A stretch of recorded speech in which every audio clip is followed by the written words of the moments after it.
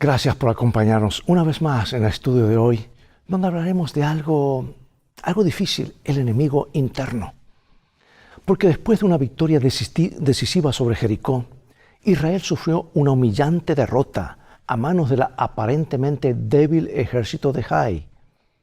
Y mientras Josué buscaba una explicación de Dios, se da cuenta que el resultado de la batalla no solo surge de su incapacidad de consultar a Dios antes de marchar contra Jai. El fracaso no se puede achacar únicamente a la falta de preparación o a una estrategia militar inadecuada. Más bien el problema era que había un enemigo dentro. No, el enemigo no es un espía que le proporcionaba al adversario información crucial, sino que es uno de los propios israelitas. Y al tomar el botín de Jericó, Acán había quebrantado las reglas de la guerra divina. Y la derrota que siguió sirvió como un recordatorio vital para Israel, especialmente para Josué, acerca del aspecto espiritual de estas batallas. Además, advirtió a Israel de que Dios no toleraría los pecados de su pueblo, así como no toleraba los pecados de los cananeos, especialmente considerando la cantidad de luz que tenía Israel.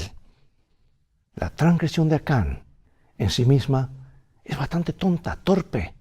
Pero lo más sorprendente es la naturaleza impenitente y persistente de su pecado. La obstinación frívola de Acán impulsa a Dios a tratar con rapidez, de manera drástica, su desobediencia. Y este triste episodio, justo al comienzo de la conquista, ejemplifica la naturaleza insana del pecado. Así que hoy, lo que hemos estado estudiando esta semana, la historia de Acán, pues nos invita a volver a examinar la naturaleza terrible del pecado.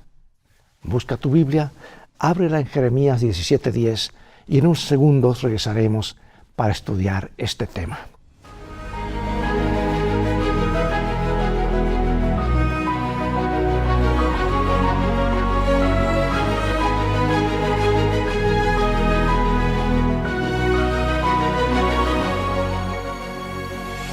Dice así la Escritura, Jeremías 17:10.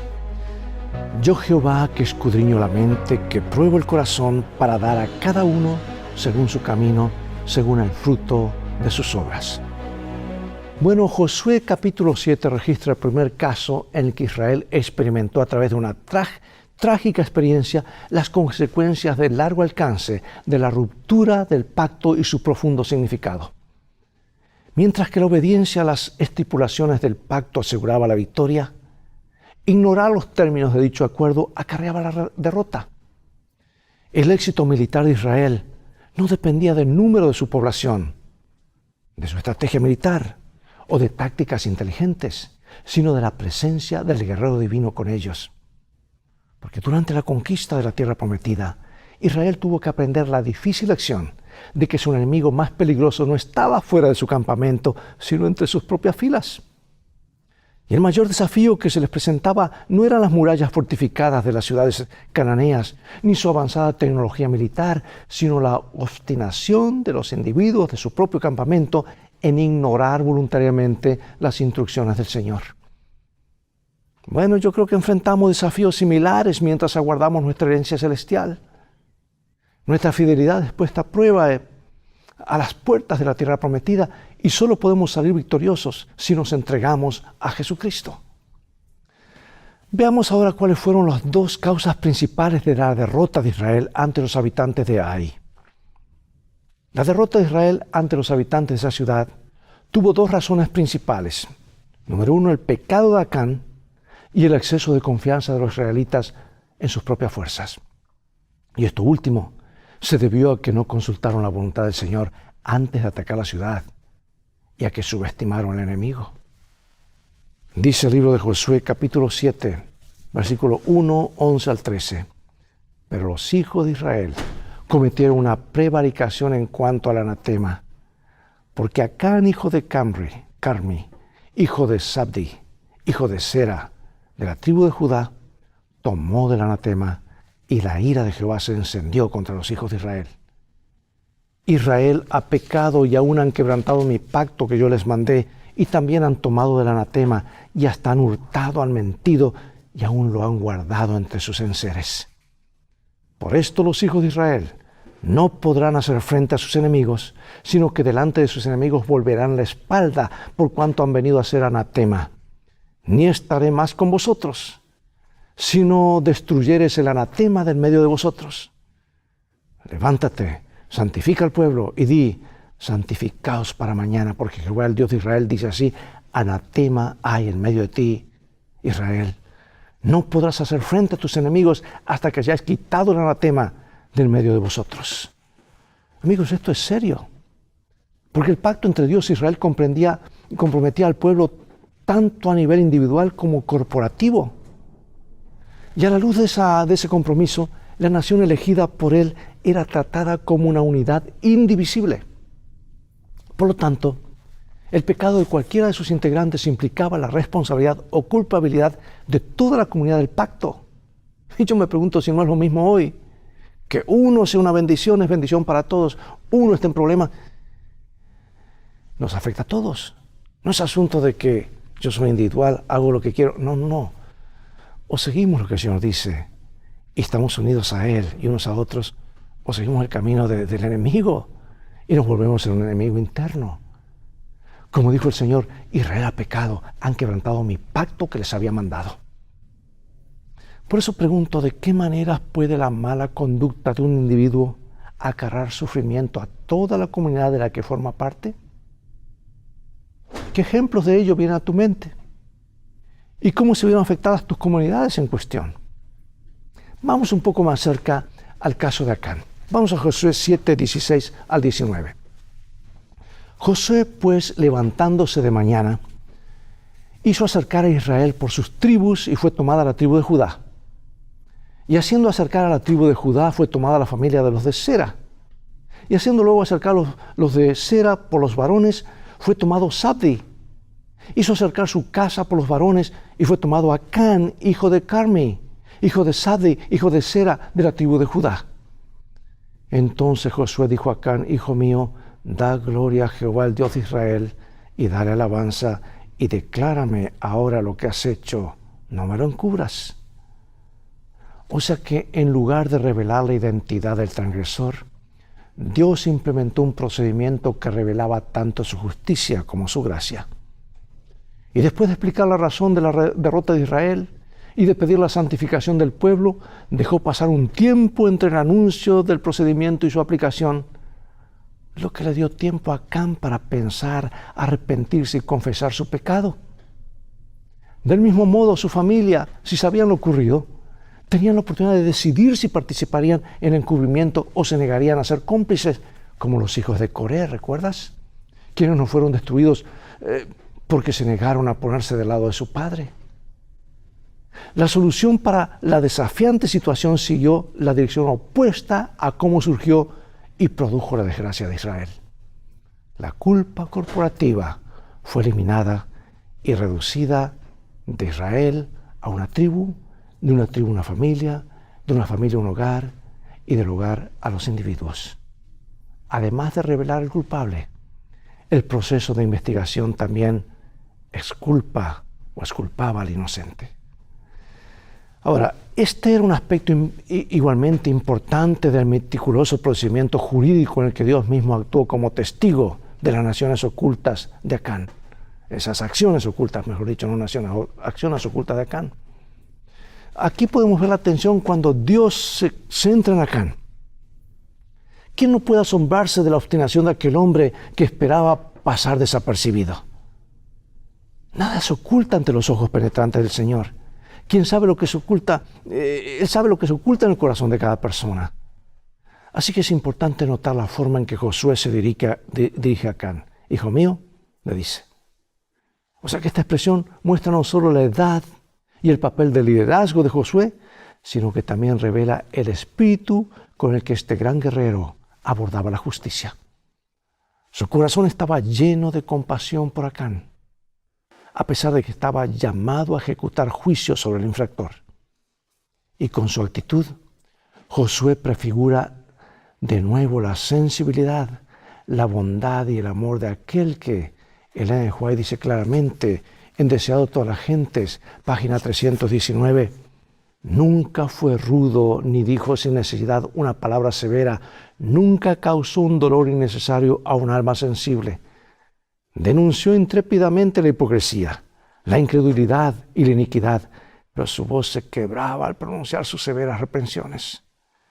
Y yo pregunto, hermano y hermana, amigo y amigo, ¿cómo influye en tu vida el hecho de saber que Dios conoce todo lo que haces, incluso lo que ocultas?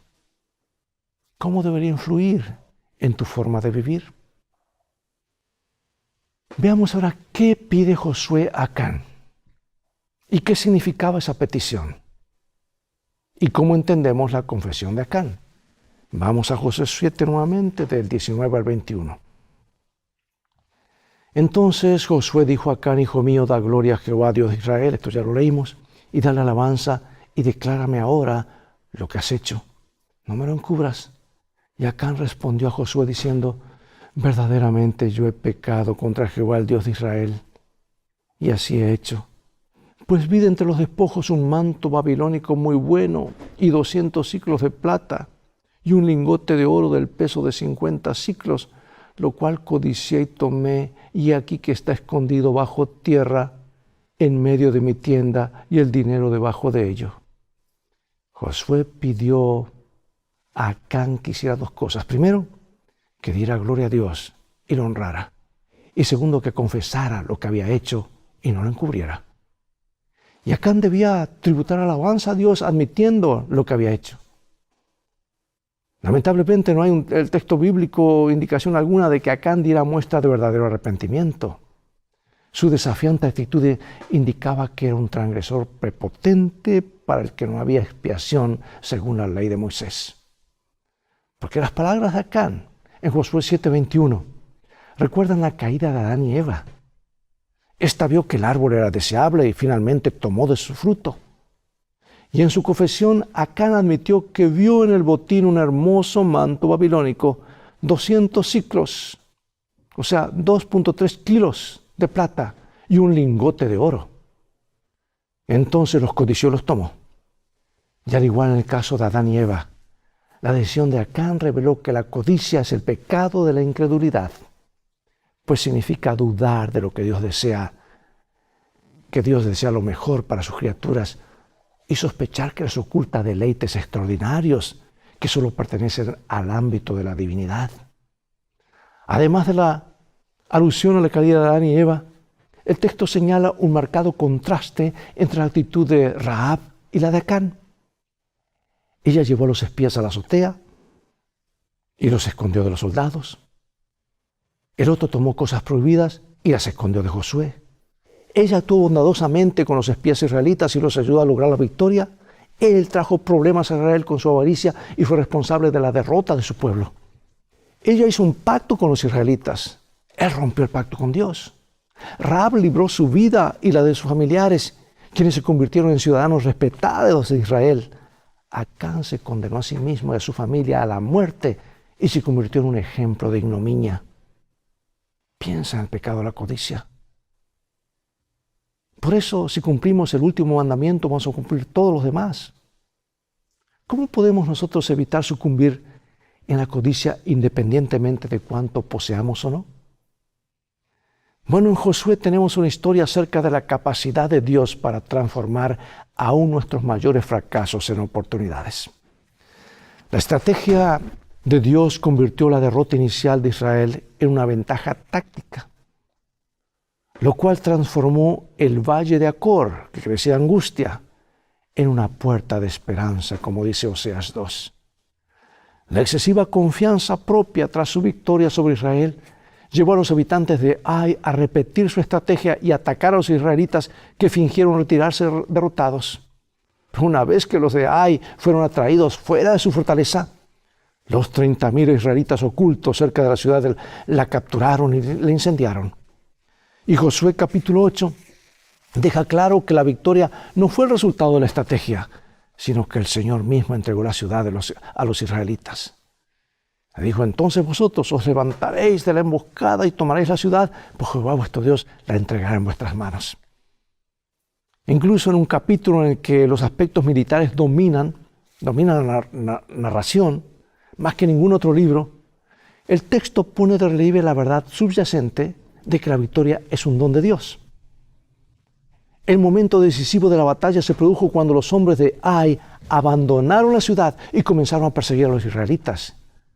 Y esta fue la segunda ocasión en que Dios habló, después de instruir a Josué acerca de la estrategia que debían emplear para capturar la ciudad, señalando así que Él era quien supervisaba la batalla. Porque hasta este punto del relato desconocíamos el desenlace del encuentro bélico. Pero ahora quedó claro que el ejército israelita saldría victorioso. Así que el arma en la mano de Josué era una hoz, no una espada o jabalina. Puede que en tiempos de Josué no se utilizara como arma propiamente dicha, pero se había convertido en un símbolo de soberanía. Porque además de dar la señal de ataque, ella ilustraba la soberanía de Dios en la derrota de Ai. El hecho de mantener la hoz extendida hasta obtener la victoria completa, demostró que Josué había asumido plenamente el papel de liderazgo que Moisés ejerció en ocasión del cruce del Mar Rojo y en la guerra contra los amalecitas, cuando Josué dirigió personalmente el combate. Esta vez no hubo una intervención visible y milagrosa de Dios, pero la victoria sobre Ai no contó con menos asistencia divina que la obtenida sobre los egipcios en la primera generación o en la reciente victoria sobre Jericó. Así que la clave del éxito estuvo en la fe de Josué, en la palabra del Señor y en su inquebrantable obediencia a ella. Así que el principio que se destaca en esta historia sigue siendo válido para el pueblo de Dios hoy, donde quiera que resida y cualquiera sean sus desafíos. Confiar en el Señor, seguir sus instrucciones, es el camino seguro. Y Josué no entendía al comienzo qué es lo que había ocurrido y el porqué de la derrota. Y exclamó lo que está en Josué 7:9, porque los moradores de la tierra oirán y nos rodearán y borrarán nuestro nombre de sobre la tierra, y entonces, ¿qué harás tú a tu grande nombre? Qué importante principio teológico se encuentra allí. En un primer momento, la reacción de Josué fue semejante a la de los israelitas en medio de sus penurias, después de salir de Egipto. Ellos dijeron: ojalá hubiésemos muerto por mano del Señor en Egipto, cuando nos sentábamos ante las ollas de carne, cuando comíamos pan en hartura. Ustedes nos han sacado a este desierto para matar de hambre a toda esa multitud. Y Josué, aquí encontramos que dice: Dios, Señor, ¿por qué hiciste pasar a este pueblo al Jordán para entregarnos en manos de los amorreos para que nos destruyan? Ojalá hubiésemos quedado al otro lado del Jordán. Bueno, esto revela un tema y un principio que eran centrales para los propósitos de Dios respecto a Israel. Aunque quería que las naciones paganas de su entorno vieran las grandes cosas que Dios haría por su pueblo, si lo obedecían, también podrían, como en el caso de Rahab, conocer al Dios de Israel mediante las conquistas de su pueblo. Y a diferencia de ello, si los israelitas fracasaban, como ocurrió aquí, las naciones considerarían débil e ineficaz al Dios de Israel, lo que podría envalentonar a los cananeos y acrecentar su resistencia. En otras palabras, en el contexto de la posesión de la tierra por parte de los hebreos, estaba en juego grandes cuestiones y principios que incluían dar honor y gloria a Dios, algo que era la única esperanza tanto para los paganos como para Israel. Y ahora, para concluir, amados, debo decir lo siguiente antes de terminar con una cita inspirada por Dios a su profetisa. Que pecado es dirigir el amor hacia el objeto equivocado, específicamente el yo. Por el contrario, la salvación también es amor, pero es amor dirigido al objeto adecuado, es decir, a Dios. Mira esta ilustración. Dice aquí: un joven impertinente le preguntó a un predicador: ¿usted dice que las personas no salvas llevan el peso del pecado? Yo no siento nada. ¿Cuánto pesa el pecado? ¿Es 10 kilos? ¿80 kilos? El predicador respondió al joven preguntándole: si pusieras un peso de 400 kilos sobre un cadáver, ¿sentiría la carga? El joven respondió: no sentiría nada porque está muerto. El predicador concluyó: Tu espíritu también está muerto si no siente la carga del pecado o si es indiferente a su carga y se muestra indiferente ante su presencia. Y el joven quedó en silencio. Por eso, amados, pregunto, ¿de qué manera el hábito de pasar todos los días una hora de reflexión en la contemplación de Cristo, especialmente las últimas escenas, como propuso René White, nos ayuda a comprender la verdadera naturaleza del pecado? Cierro con esta cita. El pecado mortal que condujo a Acán a la ruina tuvo su origen en la codicia, que es, entre todos los pecados, el más común y el que se considera con más liviandad. Acán reconoció su culpa, pero lo hizo cuando ya era muy tarde para que su confesión lo beneficiara. Había visto a los ejércitos de Israel regresar de Ai, derrotados y desalentados, pero no se había adelantado a confesar su pecado. Había visto a Josué y a los ancianos de Israel postrarse en tierra con indecible congoja. Si hubiera confesado entonces, habría dado cierta prueba de verdadero arrepentimiento, pero siguió guardando silencio. Había escuchado la proclamación de haberse cometido un gran delito y hasta había oído definir claramente su carácter, pero sus labios quedaron sellados. Luego se realizó la solemne investigación. Cómo se estremeció de terror su alma cuando vio que se señalaba a su tribu, luego a su familia y finalmente su casa. Pero ni aún entonces dejó oír su confesión hasta que el dedo de Dios lo señaló. Entonces, cuando su pecado ya no pudo ocultarse, reconoció la verdad. Cuán a menudo se hacen semejantes confesiones. Hay una enorme diferencia entre admitir hechos una vez probados y confesar los pecados que solo nosotros y Dios conocemos. Acán no hubiese confesado su pecado si con ello no hubiera esperado evitar las consecuencias. Pero su confesión solo sirvió para demostrar que su castigo era justo. No se había arrepentido genuinamente de su pecado, ni sintió contrición, ni cambió de propósito, ni aborrecimiento del mal. Triste historia. Dios nos ayude a no repetirla en nuestra vida, como individuos y como iglesia. Oremos. Padre Celestial, gracias te damos porque en tu palabra nos das lecciones claras de que cuán peligroso es jugar con estas cosas y esconder cosas, porque ante ti no podemos esconder nada. Que pueden ser trágicas, son trágicas para nuestra vida, la vida de nuestra iglesia, la vida de nuestra comunidad.